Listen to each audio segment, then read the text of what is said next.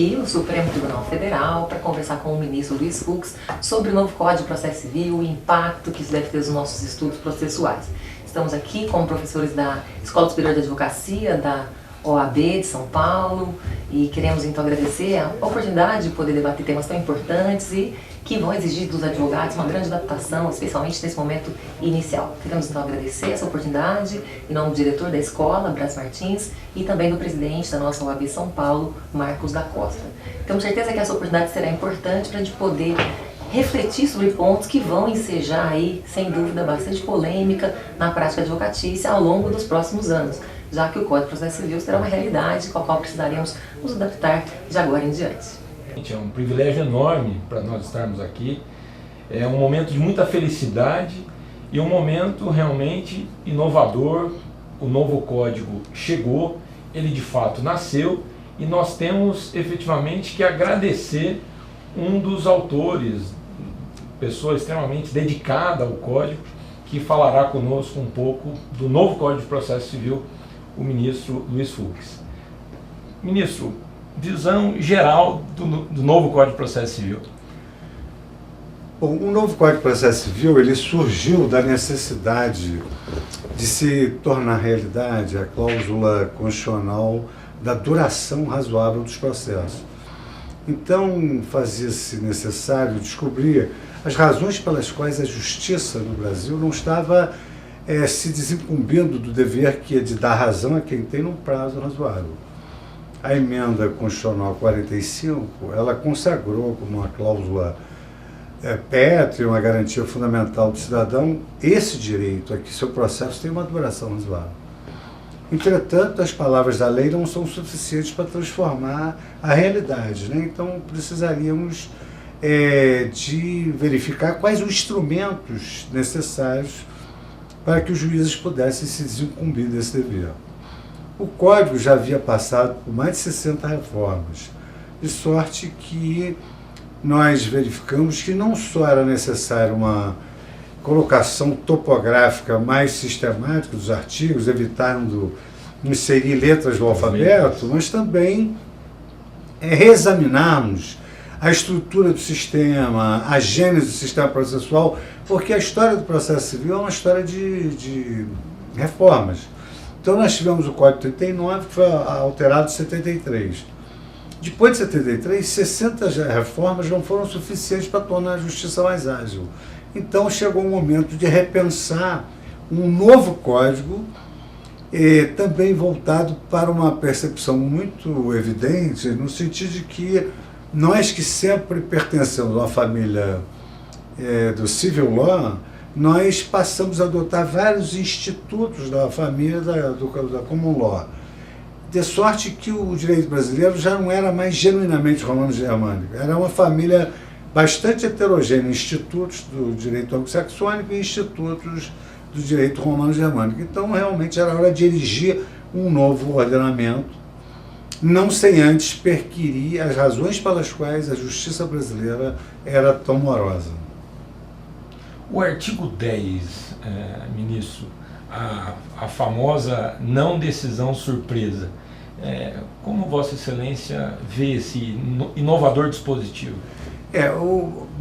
Num primeiro momento, nós procuramos antever as barreiras que impediam a prestação da justiça no prazo razoável. Então, detectamos que o sistema brasileiro era muito pródigo em matéria de recursos, um processo civil muito formal, muitas formalidades até o advento da decisão final, e nós também tínhamos aí um processo civil incapaz de responder a uma litigiosidade desenfreada. Milhares de ações iguais que precisavam de uma solução homogênea. Então, observados esses pressupostos, nós entendemos que além de criarmos um código capaz de viabilizar a prestação da justiça rápida com todas as garantias constitucionais, nós também tínhamos uma grande oportunidade de introjetarmos no código uma nova filosofia processual. Então, por exemplo, não só a duração razoável dos processos para nós foi importante, como também, pela primeira vez, nós tivemos a oportunidade de criarmos uma parte geral do Código, à semelhança de outros ordenamentos.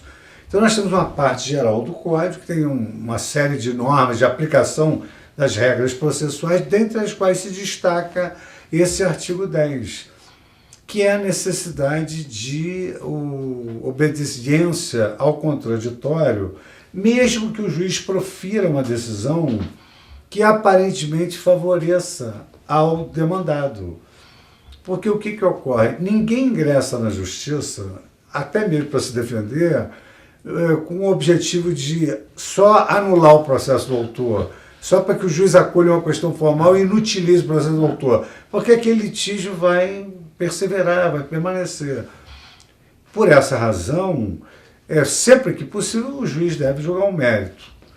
E, além disso, quando o juiz for decidir uma matéria de ofício, ainda que seja de ofício, o réu tem o direito de se pronunciar exatamente para evitar que o juiz pare na simples extinção do processo sem resolução do mérito. O réu tem o direito de ver definida a questão litigiosa.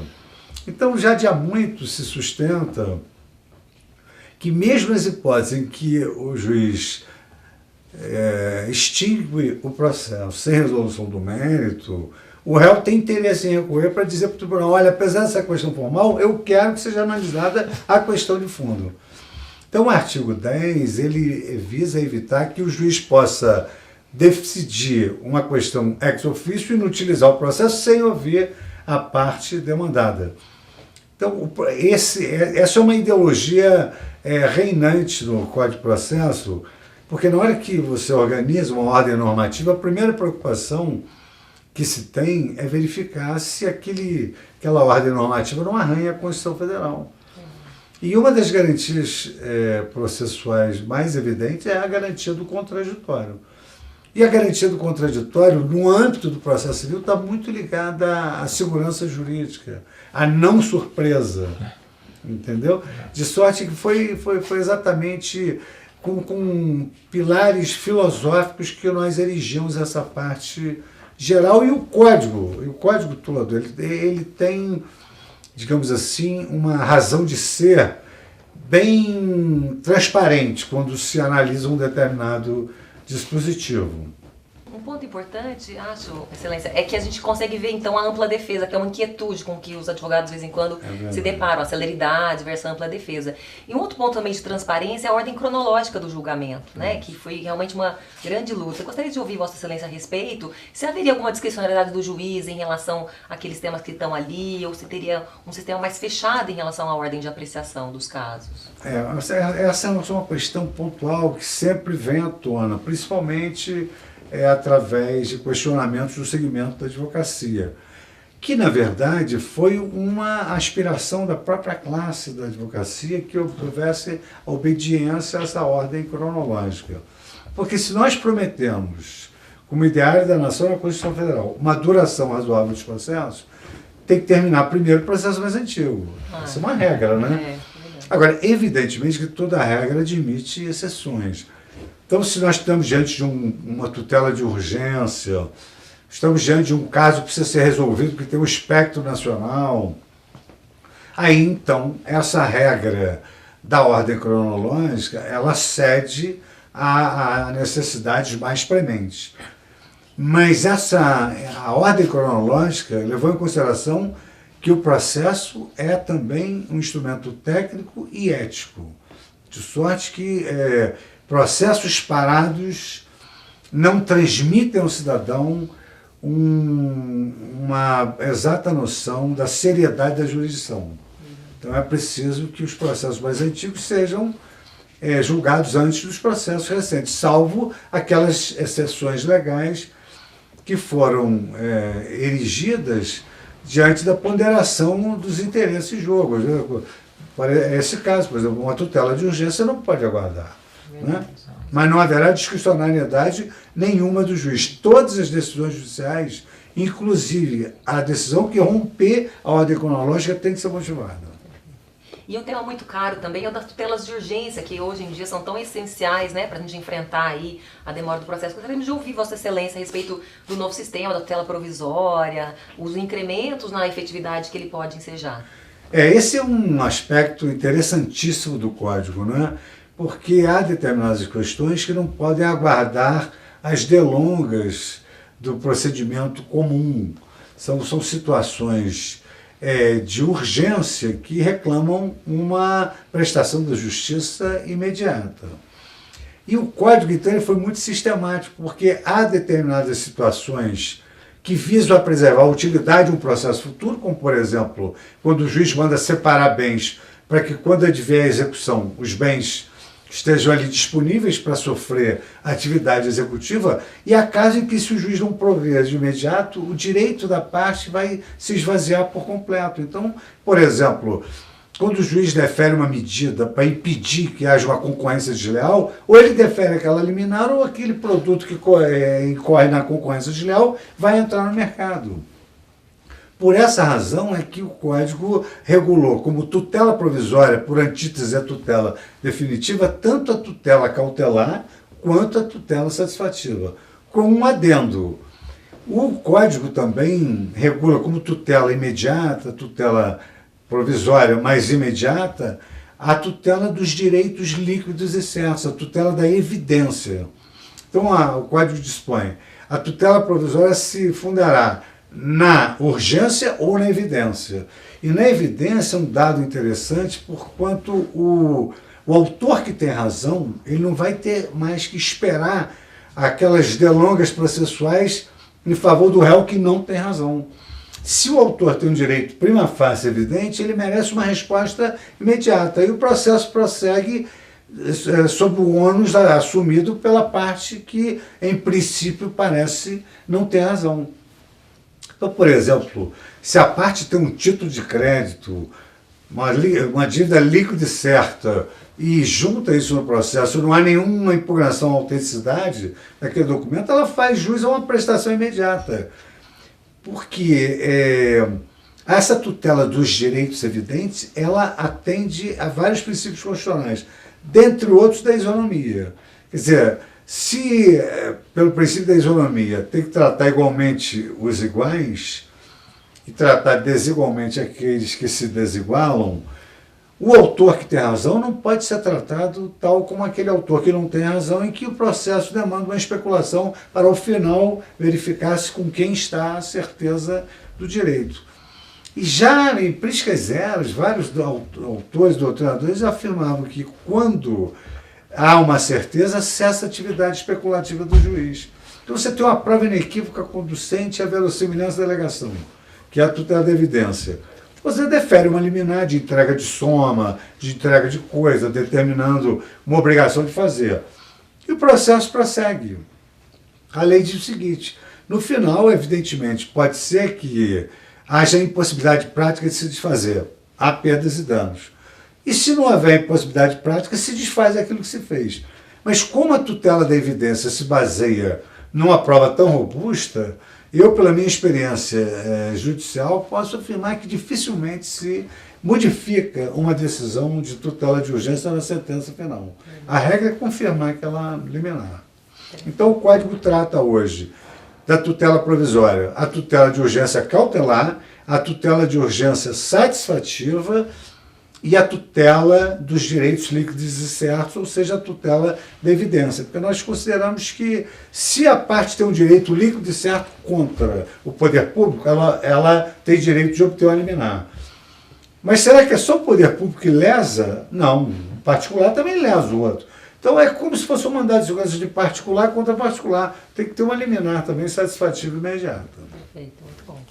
Outro ponto importante também do Código é o fomento aos meios consensuais. A mediação e a conciliação entram com força aí, né, nesse quadro da distribuição da justiça. E um tema bem polêmico é a multa, né, pela falta de justificativa ou pelo comparecimento injustificado à audiência de conciliação. E a gente gostaria de ouvir Vossa Excelência a respeito disso, porque alguns advogados também mostram uma certa inquietude em relação a isso. Bom, nós já chegamos à conclusão, isso é até um dado sociológico, que a conciliação é a melhor forma de solução dos litígios, porque otimiza o relacionamento social. Até porque o juiz não pode julgar a causa empatada, né? Então alguém ganha, alguém perde. E nós investimos muito na conciliação logo no início da causa, quando a parte ainda não gastou muito dinheiro com as custas do processo. Psicologicamente, há estudos de que as pessoas têm um abalo psicológico quando ingressam em juízo. Não é a mesma coisa que ao médico, ao dentista e ao judiciário, principalmente quando se é demandado, que o cidadão se sente réu, acha que aquele nome o estigmatiza. Então, nós colocamos como primeiro ato do processo a designação da audiência de conciliação. Só que o juiz pergunta às partes se elas querem fazer a conciliação. E as partes, então, podem documentalmente dizer, não, nós não queremos fazer a conciliação. Mas se a parte se propõe a conciliação e ela não comparece, ela acaba infirmando a cláusula da duração razoável dos processos, porque aí não se faz aquela audiência, o judiciário se preparou para aquela audiência. Então é mais, digamos assim, uma sanção que leva em consideração o desprezo que a parte demonstra em relação ao judiciário que se preocupou com a causa dela, tanto assim que marcou a conciliação. Uma outra questão interessante também para os advogados é com relação ao sistema recursal. A alteração do sistema recursal, com a diminuição de recursos, uma melhoria na duração do processo e a questão das decisões interlocutórias constantes num rol taxativo. Gostaria de ouvir o ministro a respeito. Essa foi uma questão muito interessante que a comissão teve que enfrentar. Nós verificamos que os agravos interpostos in itinere, de forma recorrente, das decisões interlocutórias, eles tinham influência na duração dos processos. Então, só para que nós tenhamos uma ideia, por amostragem, nós pegamos um processo em que o juiz tinha decidido, através, evidentemente, de uma decisão interlocutória, em primeiro lugar, a impugnação do valor da causa, em segundo lugar, uma exceção de competência, em terceiro lugar, um incidente de falsidade, em quarto lugar, uma intervenção de terceiros, e em quinto lugar, o indeferimento de uma prova. 5 decisões. Dessas 5 decisões foram extraídos 5 agravos. Desses 5 agravos se tornaram em 25 recursos. Então, muito embora a parte possa ter uma prova indeferida, no final da causa ela pode ser vencedora. E aí ela vai avaliar, sem preclusão, se teria valido a pena ou não recorrer. Então nós apostamos um pouco nisso. Estabelecemos um rol de decisões agraváveis, mas em contrapartida nós não estabelecemos preclusão. De sorte que no final da causa a parte vai verificar o que interessa ela reavivar ou não. Porque se ela ganhar a causa, ela pode perfeitamente abrir mão de todas aquelas decisões interlocutórias que foram lesivas a ela num dado momento, mas que não influíram na decisão favorável à parte. Então criamos um recurso único, mas sem preclusão, com a possibilidade de reavivar-se as questões interlocutórias. E isso faz parte um pouco da própria análise, da postura biopsicológica do litigante. Quer dizer, o litigante, depois que ele vence, tudo que ficou para trás tem mais interesse. Imagina se ele venceu a causa, vai ficar impugnando o valor da causa, vai se preocupar com um documento que não foi declarado falso, mas que não teve influência nenhuma, não trouxe para o processo um terceiro, mas que também não influiu no resultado positivo. Então, nós estamos apostando bastante nesse recurso único e, em contrapartida, naquelas decisões interlocutórias que causam um efeito enérgico na esfera jurídica da parte contrária, nós, pelo contrário, concedemos não só o agravo, mas a sustentação oral. Como, por exemplo, a professora se referiu à tutela provisória, essas liminares de urgência. Essas liminares de urgência ou de evidência, elas têm uma eficácia na esfera jurídica da parte contrária muito enérgica. Então, essas decisões não só são agraváveis, como elas são tratadas, entre aspas, como verdadeiras sentenças liminares. Então, cabe o agravo e tem sustentação oral, porque essas liminares resolvem praticamente, pelo menos no plano fático e fenomênico, a questão de fundo. Depois que o juiz defere liminar, às vezes até se esvazia o interesse em prosseguir no processo. Então há até sustentação oral. O outro recurso que nós eliminamos foi o de embargos infringentes. E aí o que é importante é o seguinte: o importante não é que o voto vencido ele é sólido substancialmente. O importante é saber quantos votos vencidos são proferidos nas instâncias locais. Então há uma questão interessante. Nos tribunais superiores, como cada membro veio de um estado e tem uma formação jurídica diferente, a regra é o julgamento não unânime, é o julgamento por maioria. Cada um tem uma percepção diferente. Nos tribunais locais, a regra é o julgamento unânime. Então, por que manter-se um recurso que pode dar margem a outros recursos, como, por exemplo, pelo sistema atual, os embargos infringentes são dirigidos ao relator do recurso. Se ele rejeitar os embargos, cabe um recurso de agravo. Certamente, a parte não vai entender bem a decisão, vai entrar com embargo de declaração. Quem sabe não entendeu bem ainda, entra com o segundo embargo de declaração. E aí, uma vez decidida aquela questão, a parte entra com recurso especial por violação do Código de Processo Civil e com recurso extraordinário por violação da ampla defesa. Aí, anos depois, é admitido os embargos infringentes. Aí vai se julgar os embargos infringentes, cuja decisão também desafiará recurso especial e recurso extraordinário. Então, nós acabamos com esse recurso. O que ocorre hoje? Se a decisão não for por unanimidade, ou seja, no início do julgamento, ela não é por unanimidade, há uma convocação dos dois outros integrantes do órgão colegiado e prossegue-se o julgamento com mais duas participações. Então, e devolve-se tudo para o Superior Tribunal de Justiça, se for matéria infraconstitucional, para o Supremo Tribunal Federal. E a questão do protesto, Excelência? Há pouco falamos das decisões interlocutórias não constantes da lista. Será que vai surgir a questão de ter a necessidade de protestar aquela interlocutória não constante na lista do agravo? Essa questão está omissa no Código. Né? Não houve essa preocupação em protestar essas decisões interlocutórias. Quer dizer, diz o protesto para não haver a preclusão. Para não haver a preclusão. A ideia é que essas questões não sejam submetidas à preclusão para que a parte possa, ao final da causa, poder recorrer de tudo quanto lhe foi desfavorável. Ela só vai revelar o interesse dela, o interesse de agir. A Justiça do Trabalho exige aquele protesto para que não haja preclusão. Mas a ideia do Código é que, até para que o processo possa fluir naturalmente, que a parte no recurso final ela faça os capítulos de tudo quanto lhe foi desfavorável.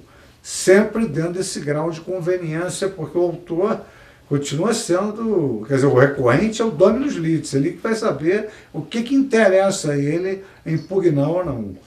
Porque hoje, o grande anseio hoje é que surja uma decisão judicial. Não é? O advogado não está nem preocupado se vai ser a favor ou contra, ele sabe que ele vai recorrer, vai ter uma reapuração da juridicidade da decisão, vai ter uma segunda reflexão, mas pelo menos surge a decisão judicial. Agora, num país em que o juiz de primeiro grau profere 5 decisões, são extraídos 25 recursos, como é que se pode prestar justiça no prazo razoável assim? Não é possível, né? O volume de demandas, mais a prodigalidade recursal e mais as formalidades. Fala o autor, fala o réu, volta a falar o autor. Então o processo hoje é um processo simples, inspirado pela duração razoável, que é uma cláusula constitucional.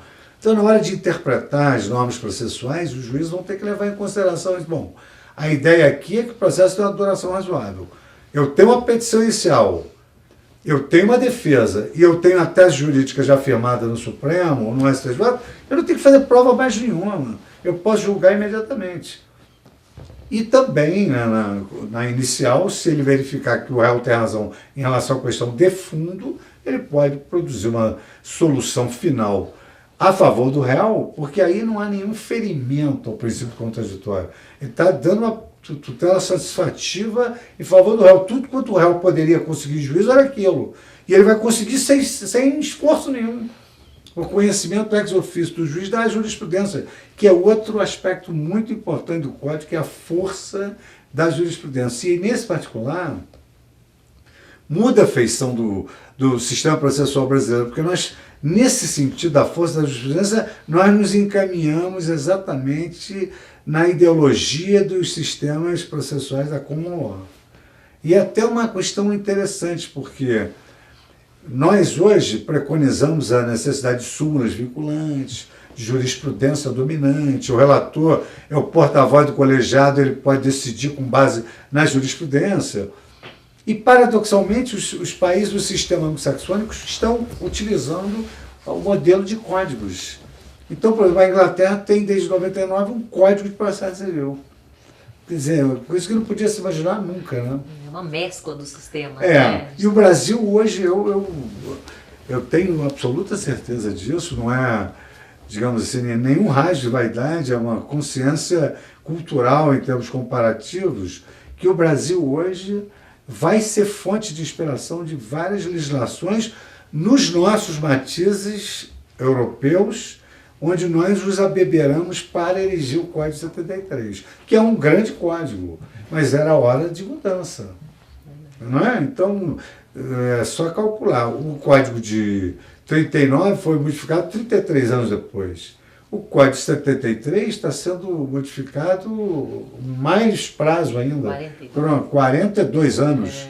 Então já era hora de mudar. Eu, inclusive, disse para o presidente Sarney, que era o presidente do Congresso, quando eu entreguei o código, porque ele encomendara a comissão e deram um prazo de 6 meses, que era um prazo exíguo, isso pode levar mais 2 meses, 8 meses. Eu disse para ele, aqui o senhor é um literato, é um poeta da Academia Brasileira de Direitos, eu vou usar uma imagem de Fernando Pessoa, que dizia que tem horas que são horas da travessia. Então eu disse a ele, é a hora da travessia. Se nós não ousarmos fazê-la, teremos ficado para sempre à margem de nós mesmos. Ou seja, vamos ficar assistindo o mundo evoluir e o sistema brasileiro ainda capengando. E com dados numéricos expressivos. Só para ficarmos aqui na Suprema Corte. A Suprema Corte brasileira tem quase 70 mil feitos para julgar. A Suprema Corte americana tem 70 para julgar. Então tem alguma coisa errada, né? Certamente. Era hora de copiar esse modelo também, né? E a força da jurisprudência que vai exatamente permitir que se possa dar uma efetividade a essa promessa de duração razoável, como eu estava hoje expondo lá no plenário. Quer dizer, a jurisprudência vai ter tanta força que ela configurará um requisito de admissibilidade do recurso. Então, se o recurso pretender violentar a jurisprudência, é um recurso inadmissível. Como o sistema brasileiro, como a jurisprudência não pode ser um museu de princípios, num dado momento histórico ela pode ser revista, mas dali para frente, quer dizer, utilizando uma expressão do sistema anglo-saxônico, é o prospective overruling, dali para frente. Porque segurança jurídica também significa previsibilidade. Então, a parte está acostumada com aquela jurisprudência predominante. O dominante não mudou a lei, aí muda a jurisprudência e isso gera um fator de surpresa. Então, nós também modulamos a jurisprudência. Então, vejam, admissibilidade direta no tribunal. Se o recurso pretender violar a jurisprudência, é inadmissível. A modulação da jurisprudência. A incidente é um instrumento que resolve o contencioso de massa. Quer dizer, julgando um incidente, o Superior Tribunal de Justiça ou o Supremo Tribunal Federal conseguem terminar com 800 mil ações, num prazo de 1 ano e meio. Então, como é que se pode dizer, eventualmente, ou aventar, que o Código vai criar mais problemas? O Código está trazendo soluções. E nós temos certeza disso, de que esse código ele vai... eu calculo mais ou menos que depois de entrar em vigor, porque o prazo de vacácio é de 1 ano, eu acredito que dentro de um triênio ou um quinquênio, a Justiça já vai estar trabalhando de forma mais racional. Porque com a força da jurisprudência, uma vez decidido, o juiz de primeiro grau, todas as instâncias vão ter que adotar a orientação jurisprudencial. Porque se não for assim, representa um absurdo você relegar a parte o direito de obter a solução favorável a ela, já se sabendo como é que o Supremo, o Tribunal Superior julga. Se o juiz já sabe como é que o Tribunal Superior julga, ele resolve de acordo com essa jurisprudência, em consonância com essa jurisprudência. Então isso tudo vai fazer com que se resolva tudo muito rápido, porque o juiz vai absorver a jurisprudência, não vai caber recurso para violar a jurisprudência. Então o processo é resolvido. E vai ficar resolvido e transitar em julgado na primeira instância. E dentro dessa otimização, dessa valorização da jurisprudência, nós temos também a ampliação do limite objetivo da coisa julgada, né? Porque agora a questão prejudicial também vai fazer coisa julgada. Então, uma dúvida que os advogados têm tido é se isso precisa constar no dispositivo da sentença. O que Vossa Excelência entende sobre isso? Essa foi uma questão muito interessante, que até pitoresca da comissão. Porque, veja o seguinte, todos os membros da comissão eram professores. Todos os membros da comissão eram professores. E todos os professores tinham livros. Então nós tínhamos que convencer os colegas de que determinados temas já não tinham mais a menor utilidade. Mas só que o professor da comissão tinha escrito uma obra sobre aquilo. Então era muito delicado você dizer, olha, esse instituto nós vamos extirpar do código. Então, como eu tinha algumas obras escritas, eu particularmente começava por mim. Eu era o presidente da comissão. Então, eu dizia, olha, eu escrevi sobre a intervenção de terceiros, oposição, nomeação autoria. Eu nunca vi um instituto desse na prática. Então, como eu escrevi sobre isso, eu acho que o meu livro não tem mais utilidade nenhuma. E todos concordavam, porque quando você corta na carne, todo mundo concorda. E quando todo mundo concordava, por falar nisso, Vossa Excelência tem também um tema. Isso aconteceu em relação à questão prejudicial, porque a jurisdição é uma função popular. Então, por exemplo, o cidadão não entende que o juiz não julgue tudo aquilo que ele conhece. E há um exemplo clássico na doutrina, no sentido de que um vizinho pode entrar contra o outro com uma demanda, alegando que sofreu perdas e danos, porque esse vizinho não deixa que se efetive, que se cumpra uma servidão existente entre os dois prédios, o dominante e o serviente. Pois bem, aí o juiz da sentença diz assim, eu entendo que não há servidão e por isso eu não condeno em perdas e danos. Muito bem. Aí numa outra ação, a parte em relação ao outro período pode, olha, agora o prejuízo é muito grande porque a servidão não está sendo cumprida.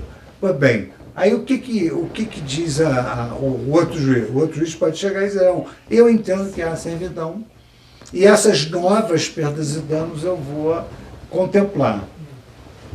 A existência ou a inexistência da servidão não era um objeto do pedido. Era uma questão, uma premissa sobre a qual o juiz tinha que se basear para poder julgar. Só que cada juiz pensou de uma maneira diferente. Então veja o seguinte, em sendo a jurisdição uma função popular, como é que o cidadão vai entender que um juiz achou que havia servidão e o outro achou que não havia? Aí você vai explicar para ele tecnicamente que as questões prejudiciais não fazem coisa julgada. Ele não vai entender isso nunca, não é verdade? E isso foi criado, quer dizer, por que a questão prejudicial não faz coisa julgada? Lá nas velhas lições de governo afirmava, nem tudo que o juiz conhece ele julga, porque o âmbito probatório pode ficar muito dilargado. E aí o juiz vai ter que ter prova sobre crime para poder imputar responsabilidade civil, vai fazer prova penal com a prova civil, não tem competência racional na matéria para isso. Mas, na verdade, não é isso que ocorre na prática. A jurisdição é una. Aqui, por exemplo, no Supremo Tribunal Federal. Nós conhecemos de causas de família, de crime, de direito constitucional, direito administrativo tributário. Então, o juiz, quando começa a sua carreira, vai trabalhar no interior, como eu comecei, e julgava tudo. Fazia júri e julgava ação de investigação de paternidade, ação de despejo, julgava tudo. Então, nós chegamos à conclusão, em primeiro lugar, que não é palatável para o cidadão comum entender que nem tudo que o juiz conhece ele julga, primeiro. Em segundo lugar, para que o juiz julgue a questão prejudicial, é preciso que se utilize da ação declaratória incidental. Pois bem, 20 anos depois de vigência do Código de Processo Civil, nós não tínhamos encontrado uma ação declaratória incidental proposta. Então é um instituto que não deu certo. Mas por que não deu certo? Porque o correto é o juiz, se ele acha que não vai, se ele entende que não há servidão e por isso ele não condena em pagar perdas e danos, ele tem que definir com força de coisa julgada, que não há servidão, e a forciore que em razão disso não há perdas e danos, para impedir que outro qualquer juízo possa ter uma solução diferente sobre o mesmo tema, porque isso leva ao próprio desgaste do Poder Judiciário, né? Um nível de insatisfação em relação à justiça. O cidadão não entende como é que você vai julgar uma ação de alimentos calcada em laço parental e amanhã mais tarde surge uma decisão dizendo que não há parentesco entre as pessoas e alimentos não se devolvem. E aí? Então, tudo que o juiz conhece ele tem que julgar, desde que ele tenha competência e racione a matéria. Evidentemente que manteve-se a questão prejudicial homóloga, ou seja, aquela que é homogênea de acordo com a competência daquele juízo. A questão prejudicial heteróloga, que é a questão criminal, a lei prevê, olha, suspende o cível, fica esperando a solução penal até um determinado momento. Depois disso, julga como se julga normalmente. E isso vai constar do dispositivo da sentença. Uma outra questão, ministro, com relação à cláusula geral de negociação processual. Interessante. Né? Ou seja, os advogados não devem colocar isso no contrato de modo a fazer uma Disneylândia do processo dentro de um eventual contrato. Mas, por outro lado, é algo que vai trazer agilidade processual. Então, como Vossa Excelência enxerga essa questão da cláusula geral de negociação processual? Eu acho que isso é uma inovação absolutamente fantástica. Porque, na verdade, o processo ele é um método civilizado de debate. E daí tu escolhe como é que tu quer debater.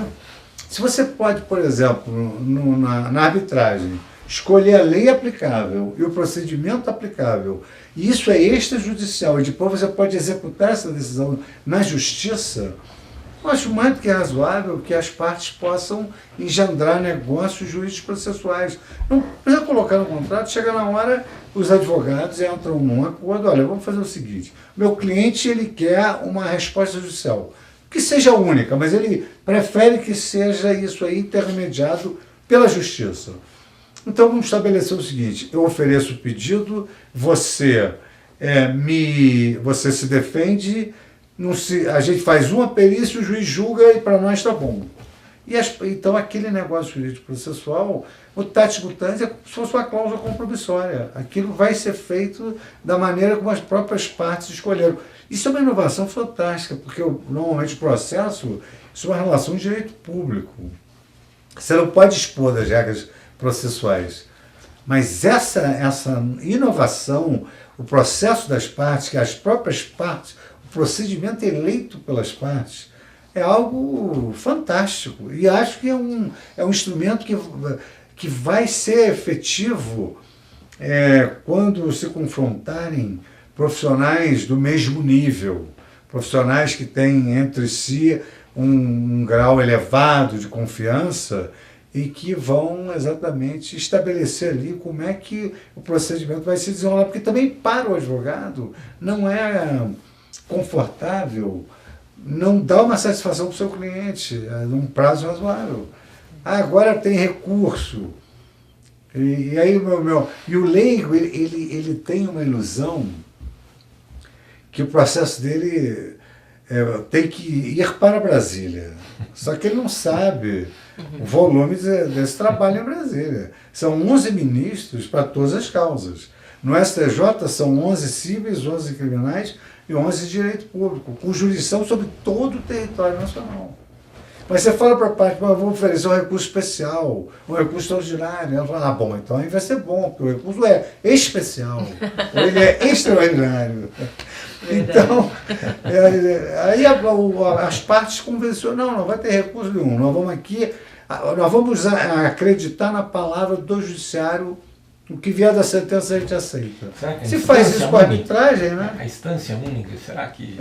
Eu acho que hoje no mundo inteiro, por exemplo, na Alemanha, hoje a grande inovação são essas tendências de fazer com que o jurisdicionado se contente com uma só decisão judicial. Não está escrito em lugar nenhum que para a defesa tem que ter 50 recursos. Eu acho que o razoável seria assim, tal como ocorre na casa da gente. Né? O pai castiga, a mãe tira do castigo. Tem um recurso lá. Aí às vezes vai no avô.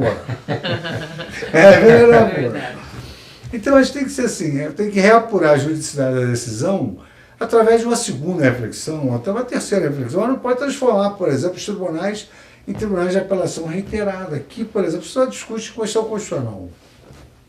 A questão de fato, ela está permeada ali, mas ela não pode ser analisada. Tanto que a súmula, né? É vedada a apreciação de questão de fato. Então eu achei assim, e a bem da verdade,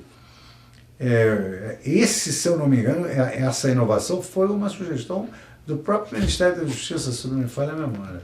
Eu achei fantástica essa inovação e que também, digamos assim, comprova que a comissão ouviu todo mundo, nós ouvimos a sociedade toda. Só para ter uma ideia, nós realizamos quase 100 audiências públicas, recebemos mais de 60 mil e-mails, recebemos 200 colaborações da academia, ou seja, institutos, segmentos, livros, verdadeiros livros, e absorvemos 80% das sugestões. Essa, por exemplo, foi a sugestão que veio de fora. Porque a comissão usou uma metodologia interessante, nós passamos um tempo, nós combinamos o seguinte, nós temos um mês, cada um da comissão, para ficar pensando quais são as novas ideias para o código. Aí vamos fazer uma reunião sobre as novas ideias. Depois é que nós vamos transformar isso em artigos de lei, mas antes nós vamos levar as ideias para as audiências públicas. Depois nós vamos levar a codificação para as audiências públicas. E depois nós entregamos nosso trabalho e foi para a Câmara dos Deputados. Voltou, aí fizemos outra comissão no Senado, essa menor, e aí reavaliamos o que veio da Câmara e fizemos um texto de consenso. Foi por isso que o código foi aprovado rápido. Fizemos um texto de consenso. Então esse texto de consenso, ele viabilizou a aprovação rápida. O consenso é poderoso, né? O consenso é porque, por exemplo, se nós não tivéssemos elaborado um texto de consenso com a Câmara dos Deputados, eles certamente iriam brigar para o projeto voltar, mas nem voltou. Verdade. Não houve nada disso. Fizemos um texto de consenso, o Senado aprovou, eles aprovaram também, e o Código de Processo Civil foi aprovado em 4 anos e 8 meses. Se nós fizermos um paralelismo dos recentes códigos, o Código Civil levou 25 anos dentro do Congresso para ser aprovado. Então essa foi uma batalha bem intensa para poder convencer o Legislativo, que era uma pauta altamente positiva no momento que, infelizmente, o Brasil vivia uma fase de grande descrédito em relação às instituições. Então a própria presidente Dilma Rousseff, ela entendeu que você oferecer à sociedade um instrumento de realização de justiça rápida é um ganho social enorme e é uma verdadeira revolução no momento em que só se tem notícias negativas, né? Então ela compreendeu que era o momento também de se superar essa crítica constante da morosidade judicial. Há uma outra questão que causa inquietude para os advogados com relação a essa soma de elementos. Os dias úteis, né, a contagem de prazo processual em dia apenas úteis e os prazos de recursos de 15 dias. Né? Então, tem uma certa, né, o dia útil com um prazo de 15, como Vossa Excelência vê essa questão? Essa questão, ela coincidentemente, ela foi uma solução consensual. Por quê? Porque os advogados são trabalhadores, trabalham de segunda a sexta. Muito embora hoje, paradoxalmente, todo mundo goste no fim de semana de mexer no computador, o que gera até problemas domésticos, a verdade é que podendo não trabalhar no fim de semana é o natural, né? Então, os prazos são em Jesus, 15 dias, segunda a sexta, segunda a sexta, segunda a sexta. Isso traz um conforto para o advogado, porque às vezes o prazo começa numa quinta, pega sexta, sábado, domingo, termina segunda ou terça, o advogado fica numa situação difícil. Então isso foi uma reivindicação da advocacia também. E a uniformidade dos prazos processuais é importante porque ela evita que algum profissional incorra no vício mais grave, que é o da intempestividade da impugnação, né? Então ficou simples, quer dizer, os recursos todos têm o prazo de 15 dias, isso não vai criar nenhum embaraço, pelo contrário, isso vai trazer uma paz para quem vai julgar, para quem vai peticionar nos autos. E os dias úteis foi uma questão mesmo de justiça em relação à classe dos advogados, né? Porque para a justiça é indiferente isso, a gente sempre tem que levar um acervo para trabalhar no fim de semana, porque você não consegue dar conta desse volume, né? Volume eu sempre digo o seguinte: se uma pessoa quer fazer um concurso para não trabalhar muito, não escolha a magistratura, porque aqui não é lugar de gente que não quer trabalhar, aqui não é possível. Aqui é quantidade e qualidade, tem que fazer bem e depressa. E bastante. Verdade, com certeza. Um outro ponto também que tem sido bastante debatido é a questão da prova, né? O sistema do Código de Processo Civil de 73 é baseado na distribuição estática do ônus da prova, quem alega a prova, e agora a gente tem a carga dinâmica da prova, né? Em que vai haver uma necessidade de cooperação. Gostaríamos de ouvir também, Vossa Excelência, a respeito dessa grande novidade. Em primeiro lugar, nós sempre consideramos que o destinatário da prova é o juiz. Então, aquela regra do ônus da prova, pura e simples, era uma regra aplicável quando do malogro da prova. Se ninguém provou nada, quem é que vai suportar o prejuízo pelo fato de não ter provado? O autor prova o fato constitutivo do seu direito, ou do réu os fatos modificativos, impeditivos e extintivos.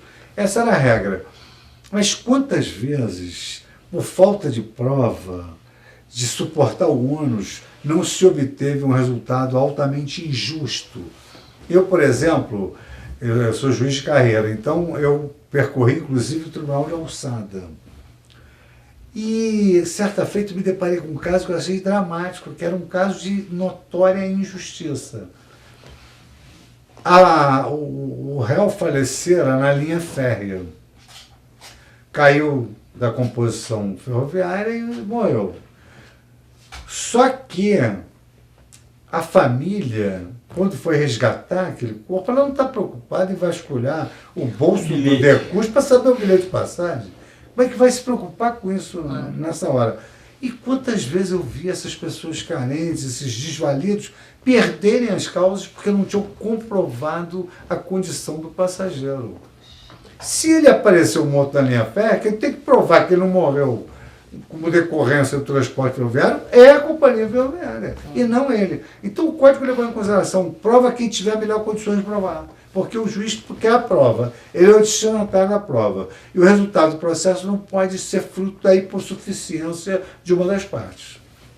Uma outra regra interessante, agora falando um pouco de execução, é a questão da penhora, né? Sempre há bastante polêmica, e dessa vez houve uma inclusão para considerar o salário, né, acima de 50 salários mínimos, porque na execução a gente não teve tanta mudança, né, ministro? Como a gente já tinha tido muitas reformas recentes. Então gostaria de ouvi-lo também sobre a execução, né? O que foi importante, o que realmente Vossa Excelência destacaria como importante na parte do processo de execução ou mesmo do cumprimento de sentença. Eu destacaria basicamente a seguinte questão. O processo de execução é um processo satisfativo. Então, o juiz tem que praticar atos materiais para tornar a realidade aquilo que consta da sentença.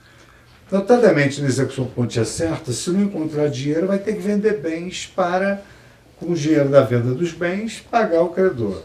Uma grande inovação foi transformar a regra da adjudicação. Depois, a alienação particular. E só no final, aquela asta pública, aquele leilão que acaba dando em nada. Então, digamos assim, procurou-se adaptar o código à realidade judicial. Em segundo lugar, e aqui também eu vou trazer a colação, um exemplo que eu tive da vida prática no Tribunal de Alçada. Uma pessoa morava num imóvel, numa zona extremamente valorizada do Rio de Janeiro, numa avenida Vieira Soto. E o credor estava passando por dificuldades. Então nós raciocinamos lá no Tribunal de Alçada naquela oportunidade. Será razoável que uma pessoa devedora more na Vieira Soto e o credor esteja passando dificuldade? Ele vende aquele bem, transforma aquele bem em dinheiro, compra um outro imóvel compatível com a situação dele e paga a dívida. Assim também com relação a investimentos, a salários, porque há salários e salários, né? Há salários necessários vitae, são salários que satisfazem as necessidades vitais, e há salários que são extrapolantes. Então a pessoa está devendo, mas está ganhando R$200 mil por mês. Então nós levamos em consideração isso nessa gradação da possibilidade de penhora, de investimentos, de salários. Essa foi uma grande inovação.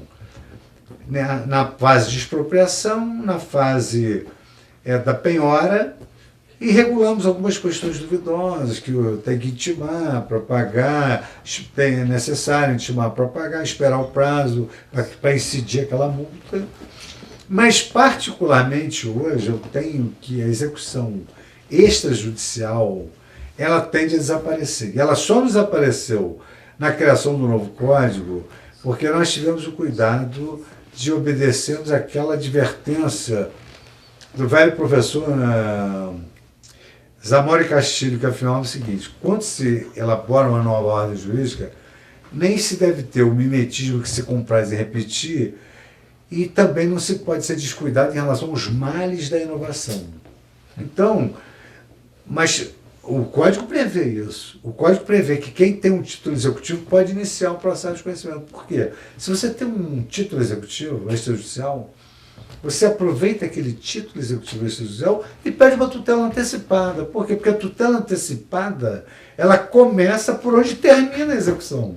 Então, para que você vai pôr a execução se você pode, na tutela antecipada, obter o resultado prático que você só obteria no final do processo de execução? Interessante. Então fica meio que uma escolha, né? Fica uma eleição de vias. Essa eleição ela é interessante, né? Porque aí o litigante pode ponderar, né? Nessa visão estratégica. Se eu tenho esse título executivo, para que eu vou entrar com uma execução? Para ver impugnação da penhora, para ver embargo do executado? Se eu posso desde já pedir uma tutela antecipada de entrega de soma, prova inequívoca, está previsto na lei, o direito é evidente, eu posso obter exatamente. Então, a tendência é acabar com a execução extrajudicial. Tanto que a execução de obrigação de fazer, de não fazer, ela fica lá no cumprimento. E a gente utiliza a execução extrajudicial só como modus operandi. Quer dizer, eu defiro uma tutela antecipada de entrega de soma. Só que a ordem do juiz não tem o condão de fazer alterar a realidade. O juiz mandando entregar a soma não vai botar a mão no bolso do devedor para entregar dinheiro ao credor. Então, como é que eu vou fazer isso? Eu vou buscar um modus operandi da execução por conta certa. Ou eu vou aprender dinheiro, que é mais rápido, pego o dinheiro e entrego para o credor, ou eu vou aprender bens, transformar os bens em dinheiro e entregar ao credor. Uma outra questão também, ministro, com relação aos honorários advocatícios. A condenação de honorários, sobre inclusive a condenação, e a questão relativa aos honorários nos recursos, né? Então, como Vossa Excelência visualiza essa questão? Essa questão, que é um outro instrumento que até eu poderia ter me referido no início. Quer dizer, um dos instrumentos capazes de dissuadir uma aventura judicial que prolongue o processo e, com isso, acabe por frustrar a duração razoável, são esses recursos que se representam uma verdadeira aventura judicial. Aqui, por exemplo, hoje, no Distrito Federal, para se recorrer, paga-se R$11. Então, com R$11 todo mundo recorre, e o recurso não tem o menor fundamento. Então, nós criamos essa sucumbência recursal. Então, a sucumbência recursal, ela veio exatamente para dissuadir a parte de oferecer um recurso como mera aventura judicial. Então, o advogado vai ter a possibilidade de explicar para o seu cliente que ele até vai recorrer, mas ele vai ter que pagar, se perder o recurso, vai ter que pagar novas despesas, custos e honorários. Tem um limite legal para não transformar o judiciário numa fonte de locupletamento, mas, de qualquer maneira, é uma preocupação, porque nós realmente temos a convicção de que, efetivamente, a parte mais sensível do corpo humano é o bolso. Né? Então, quando o cliente tem que pagar, ele pensa duas vezes. Né? Ficar exigindo do advogado, o senhor vai recorrer? Vou recorrer, não vai pagar. Tem que pagar. Verdade, tem Não que é? ser. Traz uma zona de conforto para o advogado. É Né? verdade.